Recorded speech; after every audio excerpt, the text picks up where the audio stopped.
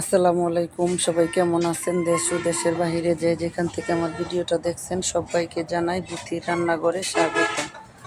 তো দেখেন, আজকে আমি বাড়িতে আসা অতিথির জন্য 3টা মুরগি রোস্ট করব, দেশি মুরগি।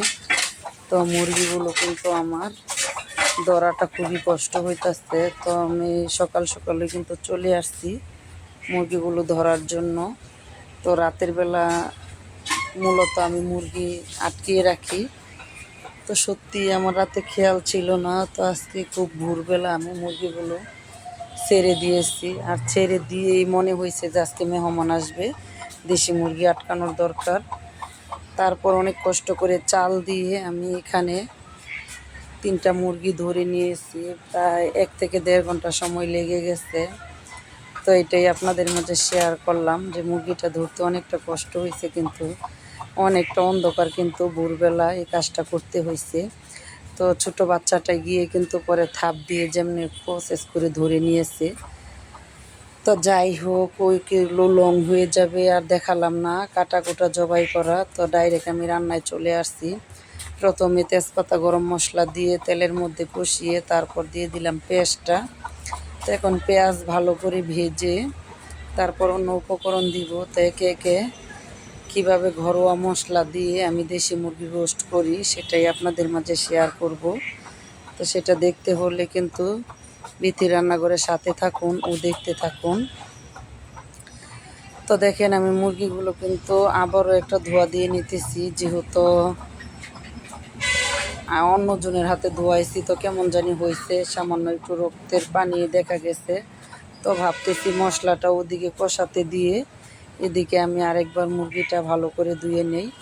তো যেই কথা সেই কাজ, ওদিকে মশলা কষাইতেছি, এদিকে আমি একটা একটা পিস করে ভালো করে কিন্তু ধুয়ে নিতেছি। আর এখন ভালো করে পানি ঝরিয়ে চিপে চিপে তারপর কিন্তু আমি পিসগুলো রেখে দিতেছি। তো সেটাই আপনাদের মাঝে শেয়ার করতেছি, অনেকটা ভালো লাগতেছে আমার কাছে। আর এরকম এক এক করে কিন্তু সবগুলো পিসই ধুয়ে নিলাম। তো যেহেতু এখানে 3টা মুরগি, আমার বোলটা ছোটো হয়ে গেছে, তাই কিন্তু অর্ধেক করে দিয়ে দিছি। আর এদিকে পেঁয়াজটা কিন্তু বাদামি কালার হয়ে গেছে। এখন আমি এক এক করে সবগুলো উপকরণ দিয়ে দিব। আর বয়েসটা দিতেছি আমি মাগরিবের টাইমে, যেহেতু এই টাইমে আমার বয়েস দেওয়ার কথা, সেজন্য কিন্তু আমি এই টাইমে বয়েস দিতেছি আর আজানটা দিতেছে। তো প্লিজ আপনারা কিছু মনে করবেন না, আজানটাও শুনতে থাকুন, আমার বয়সটাও আমি দিতে থাকি। তো এখানে দেখেন আদা বাটা, রসুন বাটা ও সাথে জিরা বাটা, সামান্য কিন্তু 3 রকমের বাদাম বাটা, আর দিয়ে দিলাম একটু গরম মশলা বাটা। তো সব কিছু একসাথে করে আমি এগুলো ভাজতে দিয়ে এখানে একটা মশলা বানিয়ে নিতেছি। তো প্রথমে কিন্তু আমি হলুদের ফাঁকি দিয়ে দিলাম 1 চামচ থেকে কম, আর মরিচের ফাঁকি দিয়ে দিলাম 1.5 চামচ, আর এখানে দিয়ে দিলাম 1/2 চামচ ধনিয়ার ফাঁকি, দিয়ে দিব কিন্তু স্বাদ মতো লবণ। তো সব কিছু দিয়ে এখন একটু পানি দিয়ে আমি এটা একটা পেস্ট বানিয়ে নেব। তো এভাবে মশলাটা দিলে কি আর মশলাটা পুড়ে যায় না, বাটা মশলার একটা ঘ্রাণ আসে তরকারিতে, সেজন্য কিন্তু আমি এভাবে দিই। তো আমি একটু নেড়ে চেড়ে মশলাটা কিন্তু মিশিয়ে নিলাম। আর ওদিকে কিন্তু আমার মশলাটা কষানো হয়ে গেছে। যেহেতু মেহমান চলে আসবে, রান্নাটা দ্রুত হইতাছে, তাই কিন্তু শর্টকাট ভিডিওটা করে নিছি। তো এদিকে মশলাটা ভালো করে কষানো হয়ে গেছে। এখন আমি পেস্ট করা মশলাটা দিয়ে দিতেছি।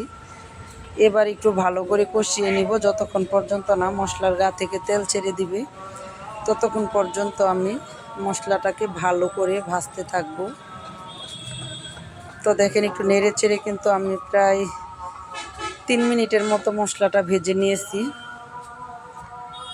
আর এখন দিয়ে দিতেছি কিন্তু আমার ঘরে তৈরি করা একটা রোস্টের মশলা। এটা আমি নিজে ঘরেই তৈরি করছি বিভিন্ন ধরনের মশলা দিয়ে। তো আমি কিন্তু বাহিরের রোস্টের মশলার প্যাকেট কিংবা বিরিয়ানির মশলার প্যাকেট ওগুলো আমি ব্যবহার করি না। আমি ইউটিউব থেকে সার্চ দিয়ে নিজেই কিন্তু মশলা তৈরি করে রান্না করি ঘরোয়া মশলা দিয়ে। এতে কিন্তু খাবারের টেস্ট ভালো আসে, অনেক সুস্বাদু হয়, আর শরীরেরও তেমন ক্ষতি হয় না। যার কারণে আমি এই কাজটা করে থাকি। তো দেখেন আমার মশলার গা থেকে কিন্তু তেল ছেড়ে দিয়েছে। এ পর্যায়ে কিন্তু আমি মাংসগুলো দিয়ে দিলাম, আর এখন কিন্তু উল্টে পাল্টে নেড়ে চেড়ে দিতে হবে। তো দেশি মুরগির রোস্ট আপনারা কিভাবে করেন অবশ্যই জানাবেন। আর আমি কিন্তু এখানে টক দই দিয়েছি, তো ওইটা আমার স্কিপ হয়ে গেছে, প্লিজ কিছু মনে করবেন না। যেহেতু দ্রুত ভিডিওটা তৈরি করতেছি, কারণ অনেকগুলো আইটেম তো একটু দেরি হয়ে যাচ্ছে। তো এটা আমি রেসিপি আকারে শেয়ার করলাম। তো যাদের বাড়িতে মেহমান আসে ওরা কিন্তু তেমনভাবে ভিডিও করার টাইম পায় না, অনেকটা ব্যস্ততা থাকতে হয়, কারণ অনেকগুলো আইটেম, বাড়িঘর গুছানো সব কিছু মিলিয়ে অনেকটা হিমশিম খেতে হয়। তো মাশাআল্লাহ আমি কিন্তু উল্টে পাল্টে ভালো করে কষিয়ে নিচ্ছি। আর চুলার আঁচ কিন্তু বর্তমানে আমি মিডিয়াম টু লো রাখবো, যেহেতু এটা ভিতর থেকে সিদ্ধ করতে হবে। দেশি মুরগি কিন্তু একটু শক্ত টাইপের থাকে, সেই জন্য। আর এটাতে আমি বেশি পানি দেব না, পানি দিলে খেতে কিন্তু ভালো লাগবে না, যার কারণে আমি হালকা হালকা জাল দিতেছি। আর অনেকক্ষণ কষানোর পরে সামান্য একটু পানি অ্যাড করব, যেন ভেতর থেকে সিদ্ধ হয়, জাস্ট ওইটুকুই। তো এই পর্যায়ে এসে কিন্তু আমি 3 থেকে 4টা কাঁচামরিচ ভেঙে দিব ভালো একটা ফ্লেভারের জন্য।